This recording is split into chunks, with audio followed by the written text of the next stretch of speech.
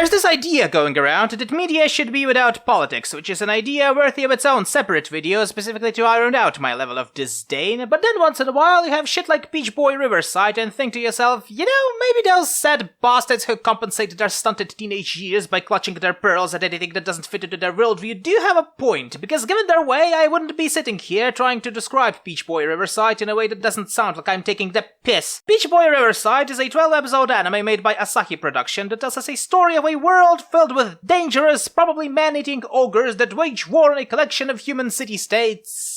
Or they just destroy them for the heck of it, don't ask me. To be quite honest with you, I too never figure out the actual deal with ogres and humans. And in this world, we follow two protagonists. One is a runaway princess that wants to travel the world with a diverse group of people she likes. She thinks that xenophobia is bad and we should try achieving a state where xenophobia exists, but we at least try give other beings a chance to be good before lynching them. And the other is a boy with a shady past that thinks xenophobia is fucking awesome, and the more you kill those you hate, the better you feel about everything. And the story is about the princess trying to explain her position while most of the world around her goes, no! Xenophobia is fucking awesome! I hate things that don't look like me so much, there is nothing you can do about it. In fact, I'm going to go and find the nearest sexual, racial, ethnic, or gaming minority out there and lynch them on a burning cross just to fucking spite you, you beta bitch! And this is the part of my ramble when you either start rolling your eyes or go, fuck yeah, death to the fucking minorities! But now, I suggest you close your eyes.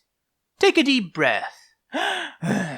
Resist making Holocaust and Holodomor jokes. And ask yourself, and then what? Because this is where the anime falls flat on its face. First of all, the anime was aired in an anachronical order for everyone except the viewers of the Anime Store. In plain English, the show swapped the middle arc with the end arc, put the first episode as episode 4 and rolled it to the international audience. The result of this is, well, fairly predictable. The show jumps from place to place, characters that are supposed to have some sort of importance are introduced after the thing they've done to make them important, and then that thing is shown in the later episodes anyway, and characters' motivations are predictably all over the place. Apparently this was made to make the ending less anticlimactic because the manga is still ongoing, but I call bullshit on that because 1, since when did you fuckers care about the manga still ongoing? And 2, you've aired the show in a chronological order on some Japanese streaming website exclusively. At least own to the fact you've sold out. But that's not even the worst part of the show, believe it or not. I've seen the show both as aired and chronologically just to see how much of my impressions would change, and I've realized that the pacing of the show is fucked for starters. They've churned out about 3 to 5 story arcs in 12 episodes, another anime that would have benefited more from the old traditional 24-episode format or even a longer one, the Grayman style. Without it, what we have is that Sally punched a tree, Carrot is a spy, probably, maybe, I don't know, and Frau is an eldritch abomination that is buddy-buddy with an angel. It is inconsistent beyond the obvious episode order. It's a dark and gritty world where the protagonist is confronted with her naive attitude towards coexistence, and a typical shonen world where mortal enemies turn into buddies within the span of an episode. It's a show where the self-professed ogre hater spares ogres with little to no reason, even if you count his backstory, which is another gripe of mine to say the least. Dick Grayman dedicated an entire season to what this show crammed into one episode. The graphics are also average, nothing particularly wrong with them other than the weird eye placement, and the music is probably my favorite part of the show, not only the opening, but also tracks in general, even if my favorite tracks from it can be accurately described as a person going ham on an accordion. Overall, the show is an average shonen anime if watched chronologically, and a mess if watched as aired. Not going to say I wasn't having fun with it, but it's not worth a second watch, and definitely isn't worth any of my brain space.